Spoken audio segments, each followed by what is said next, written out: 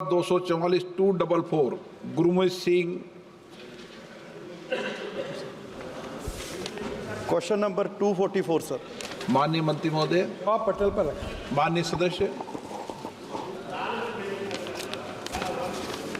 माननीय मंत्री जी, आप अपने काम के लिए बहुत डेडिकेटेड हैं और आपने बहुत अच्छे हाईवेज़ पूरे देश में बनाए, लेकिन उन हाईवेज़ की वजह से गाड़ियां 110, 120, 150 तक भी कुछ लोग चलाते हैं। और अभी आपने जिक्र भी किया कि तकरीबन 1.25 लाख लोगों की मौत हर साल हो रही है और पिछले 10 साल में तकरीबन 15 लाख लोगों की मौत सिर्फ रोड एक्सीडेंट्स के कारण हो गई और डेली लगाएं तो 400 लोगों की मौत हो रही है। और माननीय मंत्री जी, पंजाब में पिछले एक साल में अगर हम कंपैरिजन करें 2023 से, तो जो एक्सीडेंट्स का डेथ रेट है वो 47% कम हुआ है। उसका रीज़न है कि हमने एक डेडिकेटेड फोर्स, सड़क सुरक्षा फोर्स पंजाब में लगाई है। उसमें 1600 पुलिस ऑफिसर को डिप्लॉय किया है और हर 30 किलोमीटर के बाद एक टोयोटा की तकरीबन 40 लाख की गाड़ी लगाई गई है और उससे 47% जो डेथ रेट है वो कम हो गया। सो मैं मंत्री जी से सवाल करना चाहता हूँ, क्या केंद्र सरकार भी आने वाले समय में कोई ऐसी डेडिकेटेड फोर्स का गठन करेगी कि जिससे रोड एक्सीडेंट कम हो सके? सम्माननीय स्पीकर महोदय, ये जो एक्ट है मोटर व्हीकल एक्ट, ये कॉन्करेंट लिस्ट में है।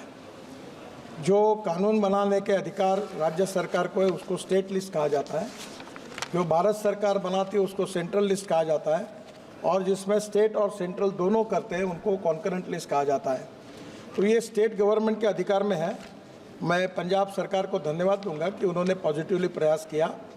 आसाम सरकार ने भी एक्सीडेंट्स कम किए, पर मैं आपके सामने ये भी जानकारी देना चाहता हूँ कि देश में सबसे ज़्यादा एक्सीडेंट में मरने वालों की संख्या पे नंबर 1 पर है उत्तर प्रदेश, 23,652, टोटल एक्सीडेंट के 13.7%। दूसरे नंबर पर है तमिलनाडु, 18,347, 10.6%। तीसरा है महाराष्ट्र, 15,366 यानी 9%, और मध्य प्रदेश 13,798 यानी 8%। मैं विशेष रूप से इन चारों राज्यों के मुख्यमंत्रियों से, एक से या तो उत्तर प्रदेश के मुख्यमंत्री से मैं भी लखनऊ गया था, मेरी डिटेल बातचीत हुई, उन्होंने इसको सीरियसली लिया है। बाकी भी मुख्यमंत्रियों से बात करके इसके लिए कोशिश करेंगे। सिटी जो है भारत की जिसमें सबसे ज़्यादा लोगों का डेथ होती है, उसमें पहले नंबर पर दिल्ली है, 1,457 डेथ दिल्ली में होती है। बेंगलोर में 915, जयपुर में 850। और मैं ये मानता हूँ कि इसके लिए रोड इंजीनियरिंग, ऑटोमोबाइल इंजीनियरिंग, ये 2 चीज़ें महत्वपूर्ण हैं। हमने ऑटोमोबाइल इंजीनियरिंग में भारत एनकैप करके रेटिंग शुरू कर दिया। इकोनॉमिक मॉडल में 6 एयर बैग्स लगने लगी, पूरे ऑटोमोबाइल सुधार कर दिए।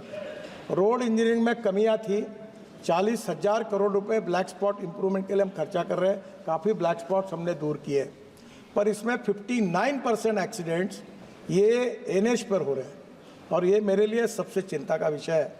और इसका कारण जो है कि जो डिटेल प्रोजेक्ट रिपोर्ट बनता है तो हमारी सिस्टम ऐसी कि जो लोवेस्ट आता है उसके गले में माला पहनाते हैं और इतने घटिया क्वालिटी के वो डीपीआर बनाते हैं, और जिसके कारण फिर आगे फ्यूचर में ये प्रॉब्लम आते हैं। तो अभी हमने ये सिस्टम को भी, जो लोवेस्ट वाली बात थी उसको बदल कर उसका भी हम रेटिंग कर रहे हैं, कॉन्ट्रैक्टर का भी रेटिंग कर रहे हैं और डीपीआर वालों का भी कर रहे हैं। और अभी तो मैं रोज़ 4-4, 5-5 कॉन्ट्रैक्टर, कल ही मैंने 5 लोगों को ब्लैक लिस्टेड कर दिया। अब कॉन्ट्रैक्टर को और कंसल्टेंट को और अधिकारियों को जो भी निग्लिजेंस बताएगा उसके ऊपर कड़ी कार्रवाई करने के बारे में कोई सहानुभूति किसी के प्रति रखेंगे नहीं, क्योंकि लोगों की जान बचाना आवश्यकता है और निश्चित रूप से हम करेंगे।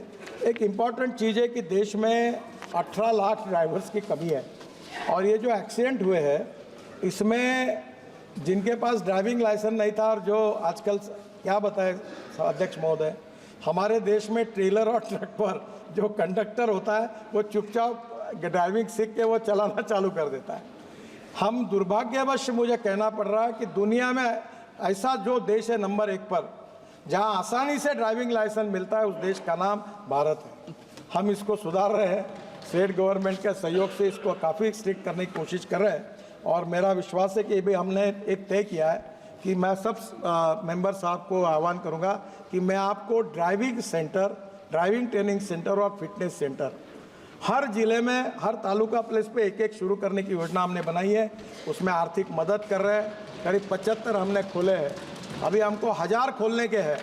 आप आपके कॉन्स्टिट्यूंसी में आप प्रपोजल स्टेट गवर्नमेंट के थ्रू आइए, मेरे पास एक स्कीम लेके जाइए और ट्रेन ड्राइवर बने। विशेष रूप से ट्राइबल एरिया जो है, जो सोशली, इकोनॉमिकली, एजुकेशनली बैकवर्ड है, रूरल एरिया है, जहाँ एम्प्लॉयमेंट नहीं है, वहाँ फिटनेस सेंटर और ड्राइविंग ट्रेनिंग सेंटर का कॉम्बिनेशन हमने किया है। 8 दिन में वो स्कीम को हम डिक्लेयर करेंगे और आप इसमें आकर ट्रेन ड्राइवर भी तैयार होंगे और फिटनेस के कारण 15 साल के बाद जो गाड़ियाँ बाद में स्क्रैपिंग करनी है उसकी सुविधा प्राप्त होगी। दोनों में आपके कॉन्स्टिट्यूंसी में इस उपक्रम के लिए आप सहयोग करें, ये भी मैं अनुरोध करता हूँ। श्री गौरव गोगोई जी। हाँ, आपका सप्लीमेंट्री। धन्यवाद मंत्री जी। सर, मैं माननीय मंत्री जी से पूछना चाहता हूं कि जैसे जो विकसित देश हैं, जैसे जापान है, स्वीडन है, ऑस्ट्रेलिया है, तो उन्होंने कि 0 डेथ्स इन रोड एक्सीडेंट्स कोई टाइमलाइन तय कर दी है। क्या हमारी भारत सरकार ने भी कोई टाइमलाइन तय की है कि 0 डेथ्स इन रोड एक्सीडेंट्स में हो? इस कंट्री में सम्माननीय स्पीकर महोदय, मैं उनकी भावना को समझता हूं और मैंने 11 साल हुए इस मिनिस्ट्री में। स्वीडन ने 0 किया है, नो एक्सीडेंट। बहुत से देशों ने रिकॉर्ड किया। मैं जब वर्ल्ड कॉन्फ्रेंस में जाता हूं तो मुंह छुपाता हूं, क्योंकि सबसे गंदा रिकॉर्ड अगर वर्ल्ड में किसी का है तो हमारे देश का है। और मैं आपको बहुत ट्रांसपेरेंट हूँ, इसलिए सीधी बात बता देता हूँ कि मैंने ये कहा था कि 2024 समाप्त होने के पहले 50% डेथ और एक्सीडेंट हम कम करेंगे। कम तो हुए नहीं, उल्टा एक्सीडेंट और बढ़ गए। और ये एक ही सब्जेक्ट है कि जिसमें हमारे डिपार्टमेंट को सफलता नहीं मिली। उसके वेरियस रीजंस हैं। मैं आपको यही बताता हूँ कि जब तक समाज का सहयोग नहीं मिलेगा, ह्यूमन बिहेवियर नहीं बदलेगा, कानून के प्रति सम्मान पैदा नहीं होगा, तब तक ये मुश्किलें हैं। आप सबके सहयोग से पहला तो टारगेट हमारा फेल हो गया और उसको स्वीकार करने में मुझे कोई संकोच नहीं है, क्योंकि सच्चाई है। पर इसके बाद फिर हम तेज़ी से और काम तो लगे आपके सहयोग से। हम निश्चित रूप से आगे कोई टारगेट तो तय नहीं किया, पर कम करने की लगातार कोशिश करते हैं। और मैं इसलिए संवेदनशील हूँ कि मैं एक एक्सीडेंट का भुक्तभोगी हूँ। मैं लीडर ऑफ अपोजिशन था महाराष्ट्र में, विधानमंडल में, और पुलिस प्रोटेक्शन में पुलिस की सायरन वाली कार के साथ मेरे ड्राइवर को कैटरैक्ट था। मेरी पत्नी, मेरा बेटा और बेटी पूरे ट्रक के नीचे चले गए। वो टायर के कारण, जो पीछे लटकता है, उसके कारण जान बची है। और मैंने 2 साल में हॉस्पिटल में था। तो मैं इसके प्रति तो बहुत ही ज़्यादा संवेदनशील हूँ। पर दुर्भाग्यवश बहुत कोशिश करने के बाद भी जो कम ही है तो हुई नहीं, उल्टी बढ़ी है। ये चिंता का विषय है। आप सबके सहयोग से इस उद्देश्य को पूरा करने की कोशिश करेंगे।